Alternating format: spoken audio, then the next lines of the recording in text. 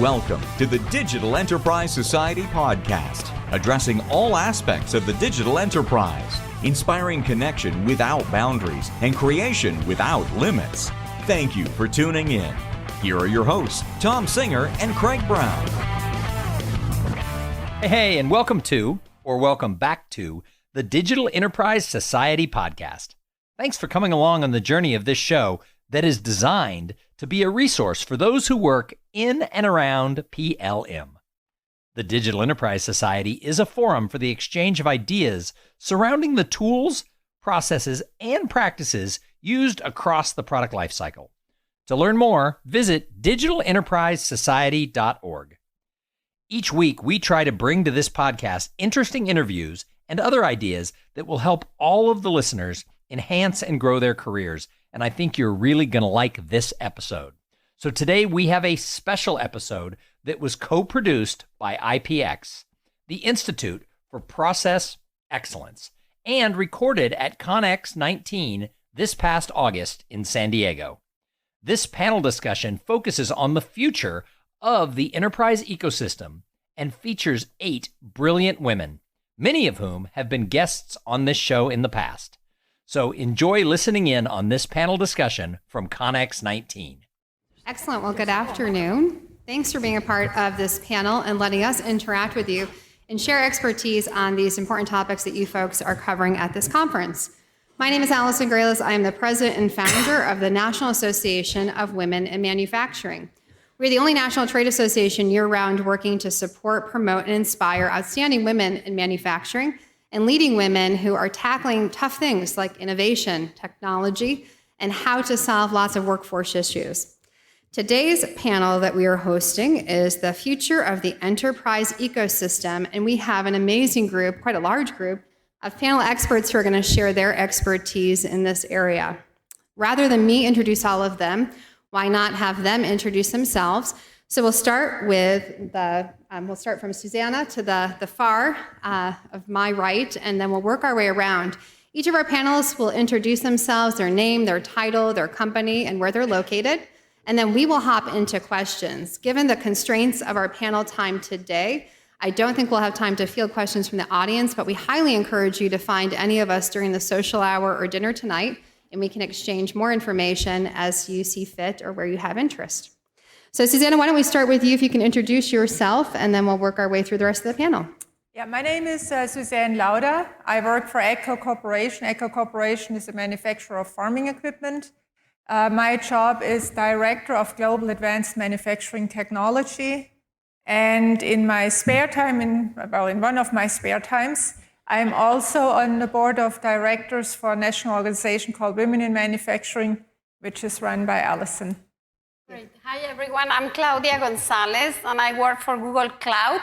I am the director of PDM and PLM for all the, the data center products for our cloud business.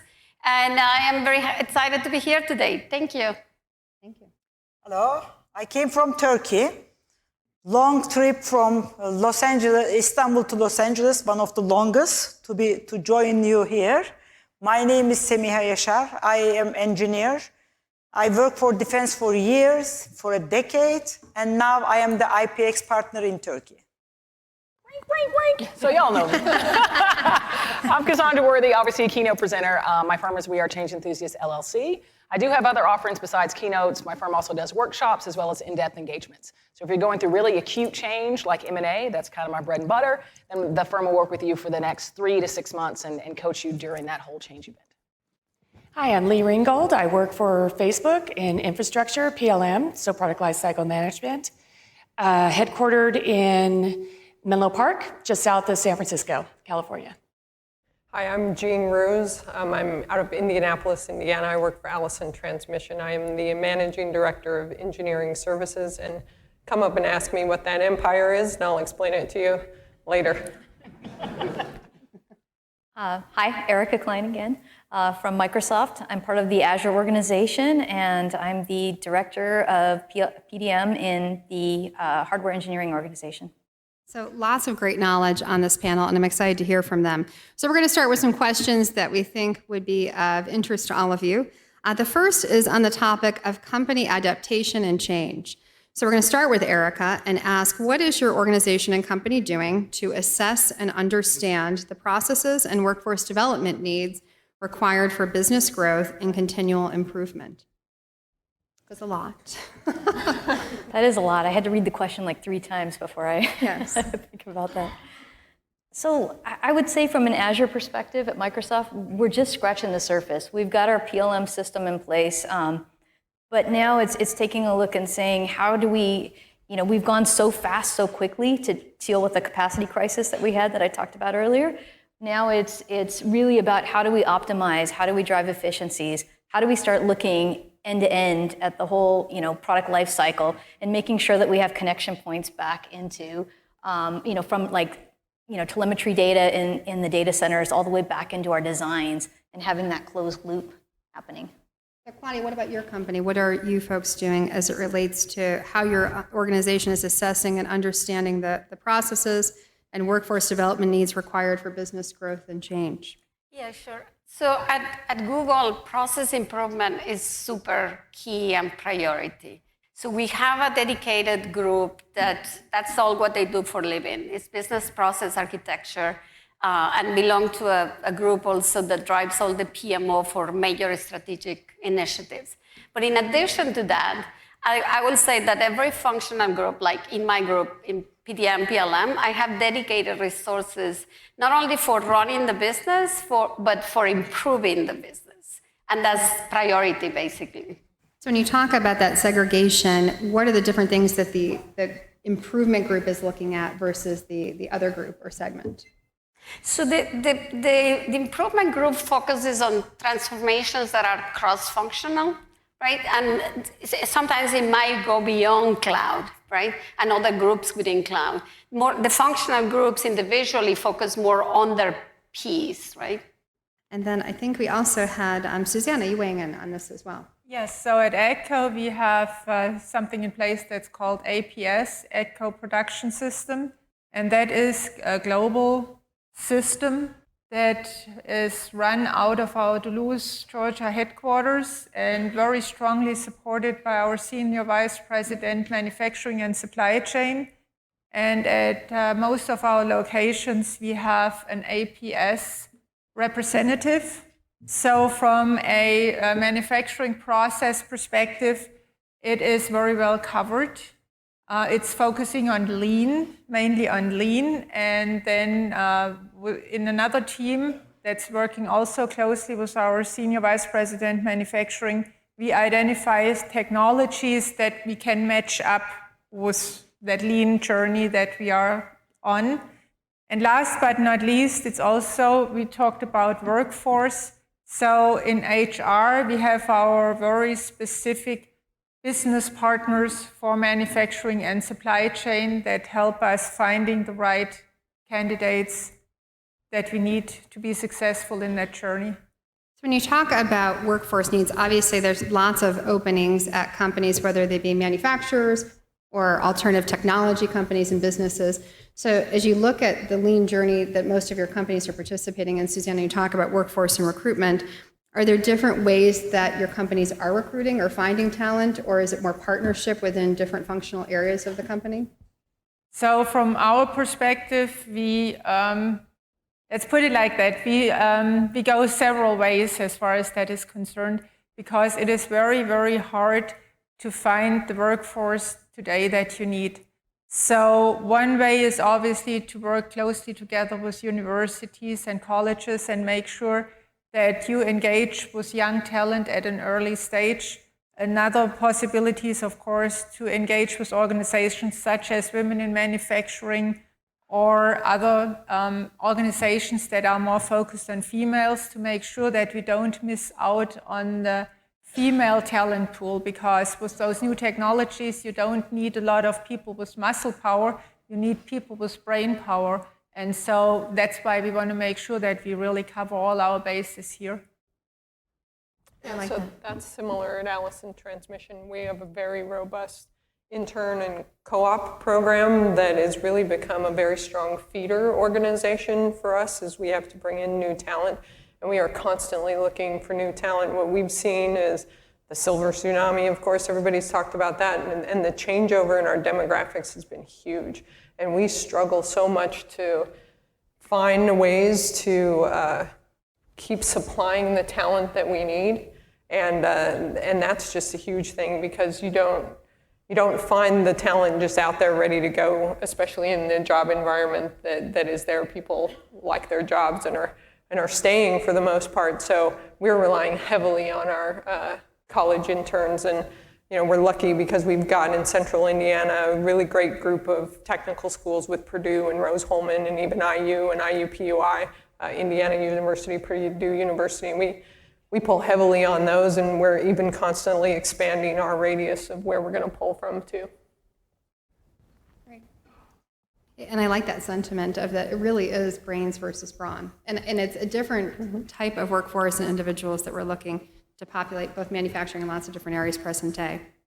So the second area that we wanted to hop into is an exploration into methods. So what are those methods that are being utilized by your companies and you potentially individually as a leader to encourage the participation of your workforce in the business change needed to stay competitive?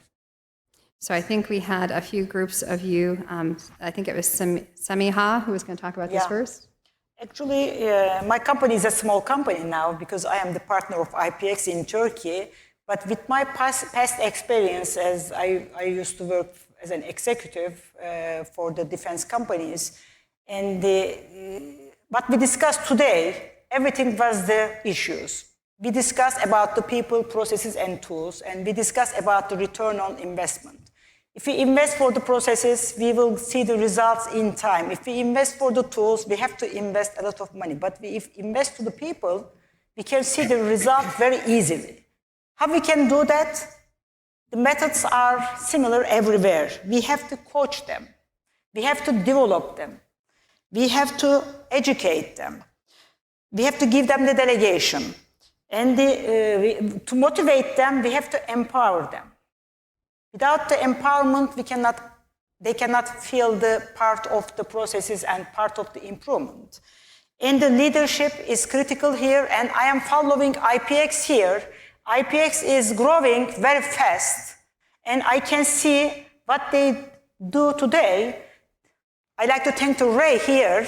Actually, they do all.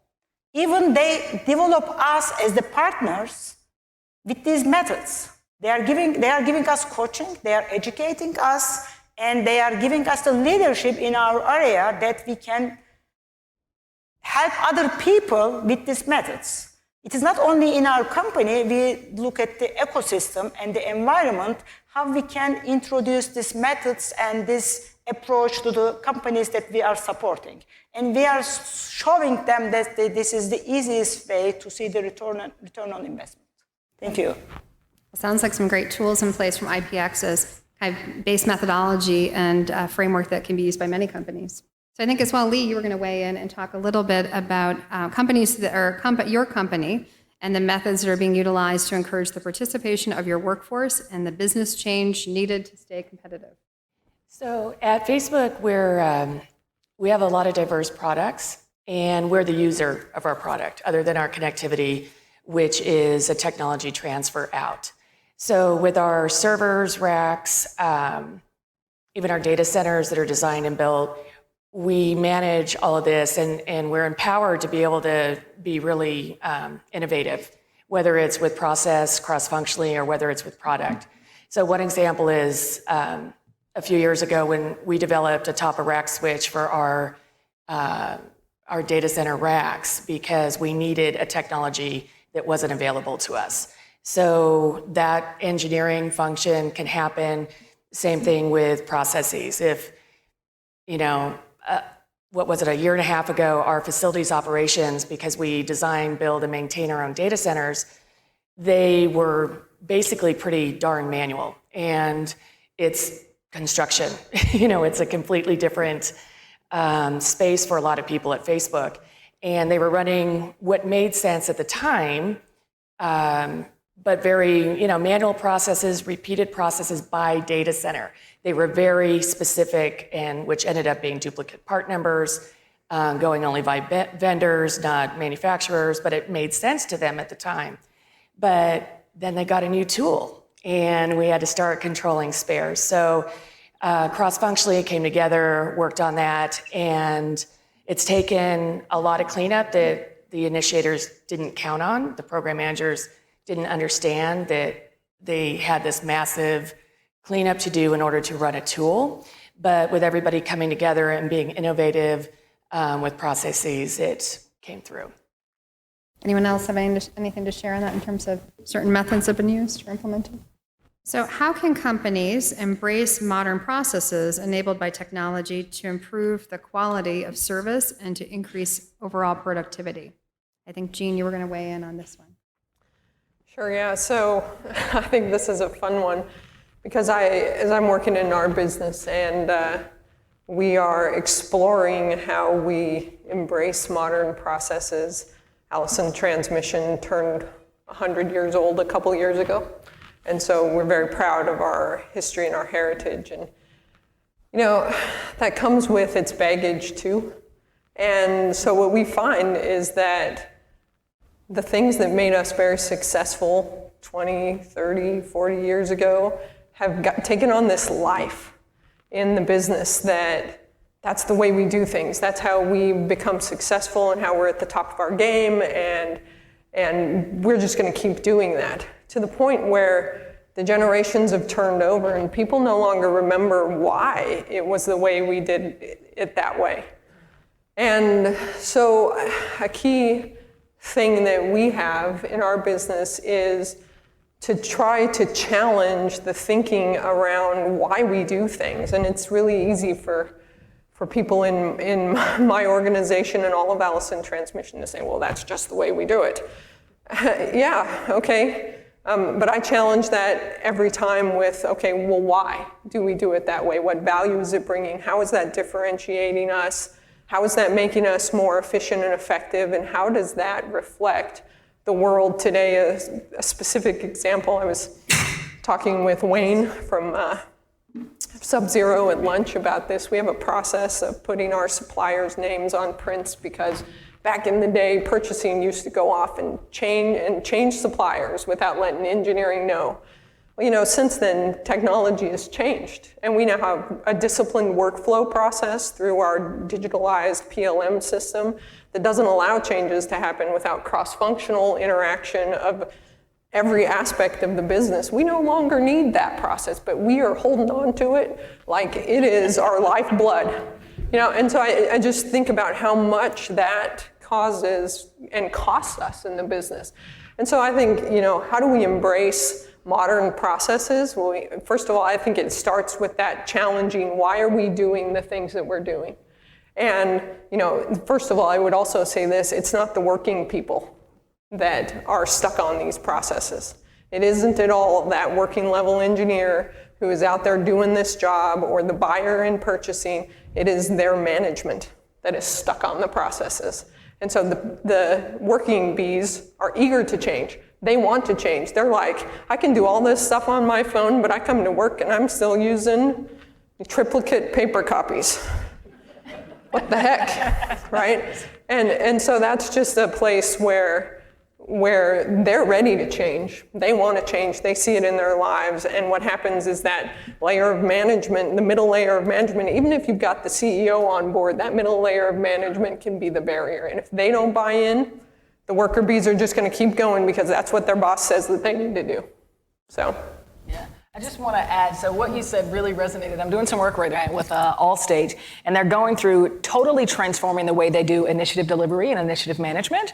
And there are those in the organization that are so stuck to the way they had been doing it, and they're using that same strategy of questioning what is the value of that way of doing things versus the value of this new way. And let's just talk about pros and cons. And so they're having to have very candid conversations about this is the value that this offers, and let's talk about how we get on board with that. So really I think it would be interesting to know.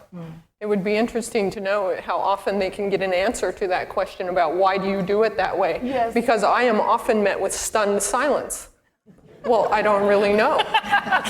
That's just the way we've always done it.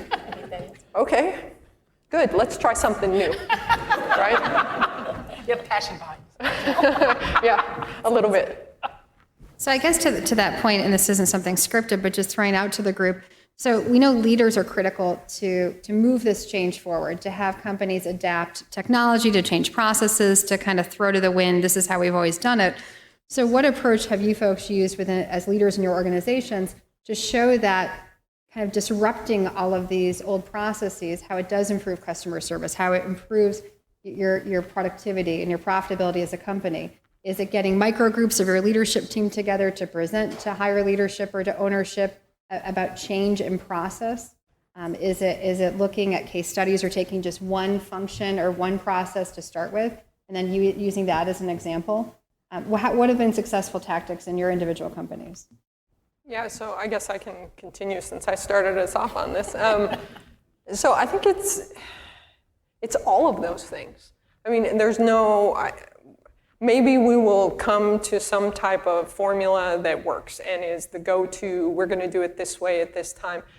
But, as Cassandra talked this morning about how everybody wears change differently, it changes from the situation, from the culture, from the leaders, from what mental state they're in that day about what's going to resonate with them. And so it's not a formula. It's not a recipe for change. It's guerrilla warfare and being ready to react to what's coming at you in terms of the leader and trying to guide people through this wilderness of change that they don't understand, and they're having to let go of things that they've held dear, that are part of their value system. And so I leave no tool behind when it comes to this thing. And in fact, I'm anxious to learn more. That's one of the things I like about coming to conferences like this, is the ability to talk and network with other people and really learn what are other people doing, what's been successful. We heard in one of the presentations this morning about newsletters and sessions and training and online training and all this stuff, and it was like, yep, that's it, the shotgun approach to change right there. So we don't get all snooty about our methods. We'll use whatever works. If I could just offer one other point, I feel like we're playing ping pong. But so with Allstate, as well as with a lot of my other clients, a lot of times people are not necessarily reacting to the change itself. They're responding to the discomfort that they feel. I don't feel comfortable. I've known something for so long. This is my lane. This is what I like.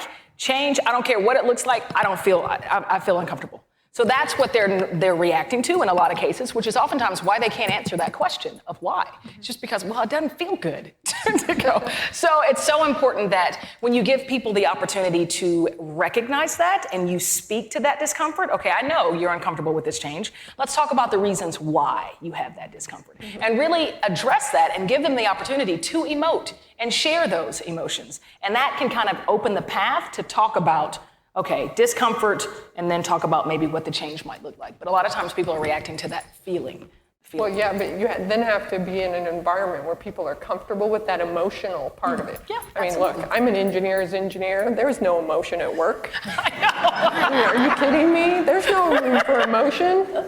We deal with logic and facts. But then I recently had a mentor say to me, Jeanne, do you work with humans?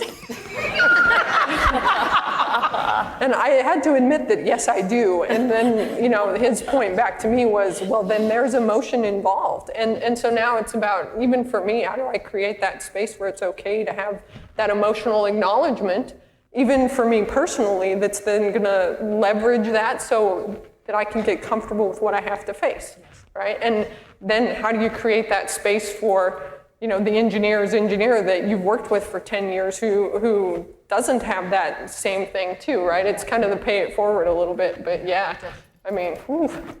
If I could just add a quickie, that it really, and Allstate being an example in yours, you have a big challenge because you have such historical thoughts of fear at that company. And I guess the difference is with Facebook that where you really sound tops down versus bottoms up. But our culture is why I love it there so much. We're really transparent. We talk, feedback is huge. But being that you're not created like that and you were created a long time ago, going to places like this is great, but you may want to bring somebody like Cassandra and shake that place up, but something that shows new ways of doing things. Yeah, I think it's been, just a second, Erika, I think it's been interesting. You make up a good point there about having this weight of the history of our company, but yet there is really, there's hope for us because there is a dynamic there. I mean, we recognize in the company, probably in a way that we didn't even 3 years ago, that we have to change in order to remain relevant and have a second 100 years. And that is a big motivator. Yeah. Plus, as some of our more experienced workforce is leaving us, we're getting a lot younger, and that's also helping accelerate that. But you're right, we're going to struggle, and we've engaged some outside help, but I'll give you my card. Yeah, I got it. Don't worry. And I think you also have to identify the quick wins. So we have worldwide probably roughly 50 locations. Some of them are more change resistant than others.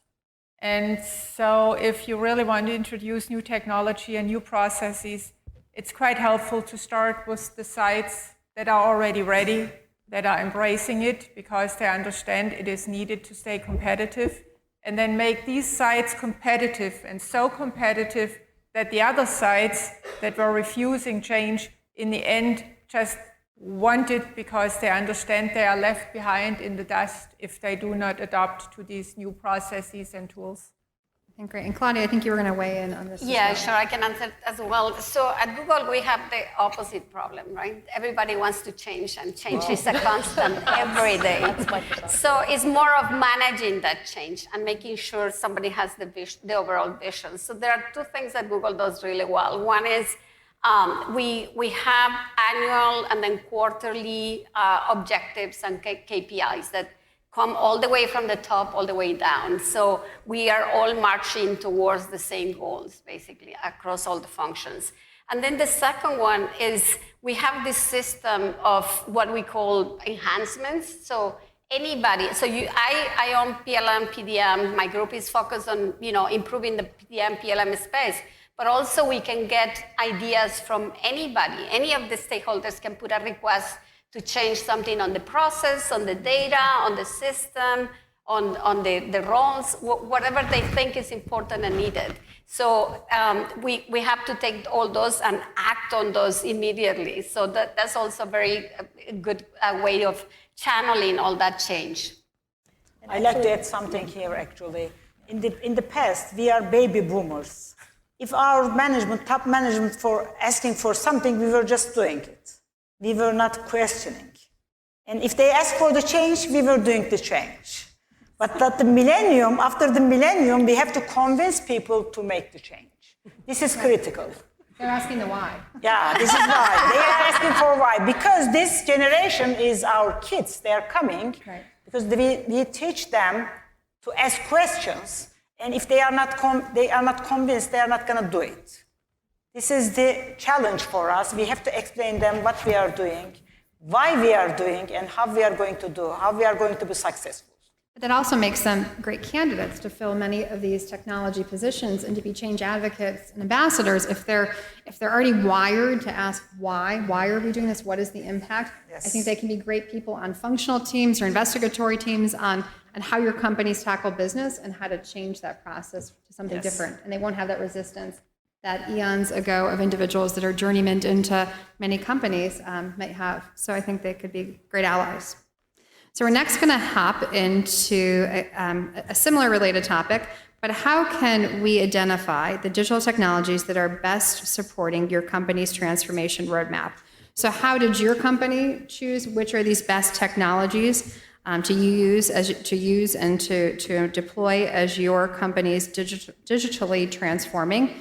And what was that process like for your companies? And I think we've got, let's see, Susanne, you're one of the folks who are going to weigh in. Yeah, so two things. First of all, we identified our core systems that are needed to build what some people call the digital thread, but we learned this morning that it is not a digital it's red, it's actually a digital landscape.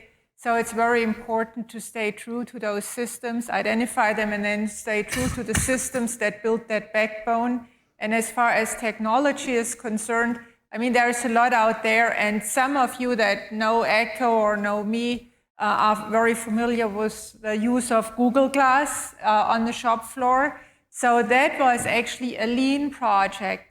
So before we introduced Google Glass for work instructions and for inspection procedures, we had paper, we had stationary monitors, we had handhelds, we had a lot. But as you can imagine, people climbing up and down big tractors or big combines with paperwork or with a handheld or having to run back down to a stationary screen mounted next to the station, that's, from a lean perspective, a catastrophe, right?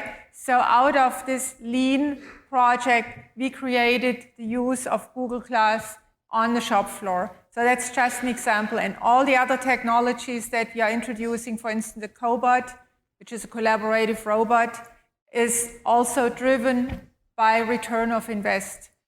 Of course, there's a lot of cool stuff out there, but it doesn't come for free. So we always look at our processes and at our particular needs, and then we identify what could help us improving that situation and making us more productive. And then in the end, we put it together and create a roadmap and say, okay, this has to come first because before this can be introduced. So that's how we manage this. Okay, I think Semiha, you were going to talk about this as well, correct?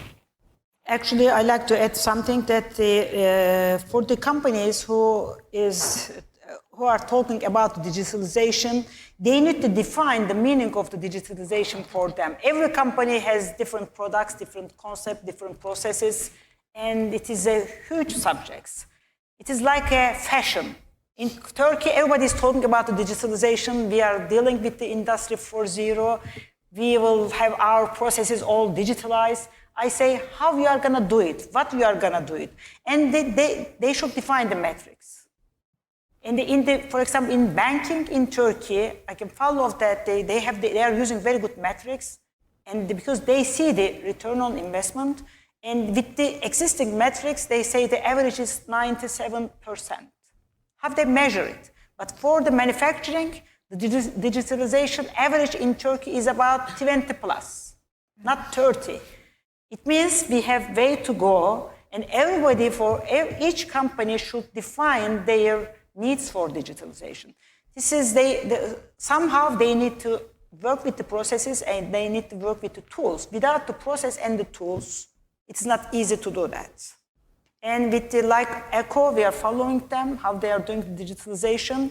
They do it mainly in the manufacturing process, but for the engineering companies, like the defense companies in Turkey, they have to do the digitalization in the design process. Still, there is a big gap.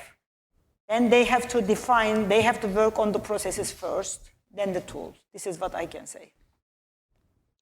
So we're nearing the end of our time, and I want to make sure we give you all of you some additional practical takeaways before you leave the session. So I'm going to go through with each of the panelists. We'll start with Erika, and have each of them share one practical takeaway that they would like to share with you, impart with you, that would help drive that they believe would help drive sustainable change management initiatives in your companies.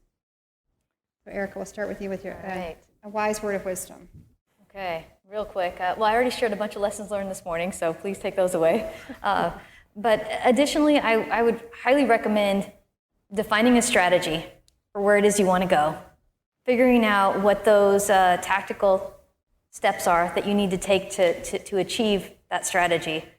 Start marching to that and define some OKRs. I don't know if you guys are familiar with OKRs, but they're objectives and key results. It's a good way to measure and be able to track that you're on course and headed in the right direction. And so I highly recommend going down that road so you can keep pace on things. Sure. I agree with everything that Erika showed this morning and what she just said. And but I will add to that I think having the vision and an organization that can grab onto a vision is important, but that can be really hard. We're really at the beginning of our journey in terms of PLM transformation. We did one in the past and it was a disaster. And so we're having to figure out how to do it better this time. And so, we don't exactly know where we're going to go, but we've gotten a team together and we have been able to articulate some guiding principles. It's not important to know that, it's important to know where you start. And we're in Indianapolis, so I'll use a map analogy here. Indianapolis, and we know that we want to go west. We don't necessarily have to know right now, or can we know right now that we're going to end up in San Diego or Las Vegas or Sacramento or Seattle? We don't know. And that's okay. And so besides having that vision and these guideposts to follow, to me, the practical advice is to establish that it's okay not to know exactly where you're going to end up, that you just have to know you're going west. And what does it mean to go west? So that you can have this set of criteria, and we have this set of criteria by which we're going to make our trade-offs. And that's going to lead us to where we're going to end up. And so it's simple things. It is 6 things. It's accessibility of data has to be paramount. Traceability of information. We have to have gold sources and 3 others that I won't bore you with. But those guiding principles are key, because now we don't have to know exactly where we're going. We just can go in the right direction. So we have a tagline and stickers that says this, we have a lot of stickers. This journey is 1% finished. So we're just constantly always scaling and changing. But for me personally, I think working cross-functionally, especially what everybody in this room does, and to a point that was made a few minutes ago about process versus tool, you have to have all that done. And if you're not talking to everybody cross-functionally, you're going to screw somebody else up. So to map that completely out and then work with your IT department on the tool side. And ours loves to write tools. And so all of our downstream tools are homegrown, but they have to know and they have to work alongside the business leads in order to be able to create one. So that's my takeaway. I would say face the emotional landscape of change head on. The heart of change, the inspiration, the motivation, the empowerment. I have a good friend who's a junior partner at McKinsey & Company, and he and I are always talking about ideas back and forth. And he says, they're merchants of change at McKinsey, right? He says 9 times out of 10, successful change adoption is hindered because of motivation. So you can give people all the tools, the know-how, the training. If they're not in it with their hearts, then your change adoption is going to fail. So face that head on, leverage strategies and tools in your toolbox to face that emotional landscape and learn how to harness emotion, which is one of the very few infinite resources to really accelerate your change journeys. Actually, I like to add a story from my work life. I used to work for a defense company, and the team that I was working together, I was forcing them to develop the processes and work with the processes. That they say, okay, it is slowing us. The working with the process is slowing us. We can make it is stopping for the shortcuts. We need to have the shortcuts to do the job done. Then these people, they moved to Holland to work with ASML, and they are coming back. They say, oh, they do everything with the process. It's not slowing down. I said, there are reasons behind it. First, we couldn't give enough training to you. We couldn't educate you to understand that. We were just forcing you to work with the processes. But when you see in a different way, are we happy with the processes? They say yes. We are happy because it helps us to do our job without less mistake. But what we were using as the method was different than the ASML, and they are happy with the processes now. Then it means we have to change. We need to change to convince people. It is not only the people that working with us, they need to change, we have to change too. Claudia. Sure. So my 2 pieces of advice. The first one is get your key stakeholders buy-in. And by that, I don't mean go and tell them what you want to do or what you think you should do, but it's sitting one-on-one with them and identify what their vision and their strategy and their needs are, and then incorporate it into your initiative. And then the second one is find the influencers. Those are so key. If you find the influencers and convert them into your champions, it's a piece of cake. Now, the influencers are hidden everywhere. They are not always in the leadership. They are at any level. But they are the ones that the director or the VP will talk to. There will be the right hands. They will listen to them, right? And everybody else. So they are the leaders in the roles that you want to gain them over and be your champion to spread the change.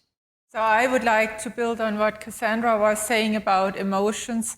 Yes, change is a lot more mental than it is anything else.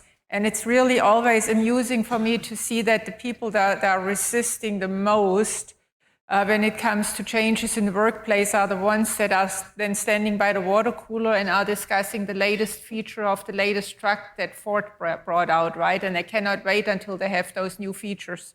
However, that's their private life. So they are apparently in their private life very open to changes and new features, whereas on the job, not so much. So that's an experience that I have made. Then one thing that has not been mentioned a lot here in this panel was that the quality of the data is by itself is already essential for success. If companies cannot manage the quality and integrity of their data, they should not even start the digital transformation journey, because it will end in a dead-end road, literally. You cannot be successful with dirty data. So that's also a piece of advice that I give in every single presentation that I have given over the last 5 years. Well, great advice, great wisdom, and great insight. If you would help me in thanking our panelists and sharing that with us today. Well, we hope you enjoyed this special episode that was brought to you in partnership with IPX, the Institute for Process Excellence, and recorded live at ConX 19. We'll be back next week with a regular episode, and we hope that you join us every week for more thoughts, ideas, and information in and around product lifecycle management. The Digital Enterprise Society is the place for the exchange of ideas around digital manufacturing tools. Check us out at digitalenterprisesociety.org. You've been listening to the Digital Enterprise Society podcast. Learn more about what you've heard here today at digitalenterprisesociety.org. Join us again next week for more connection without boundaries and creation without limits.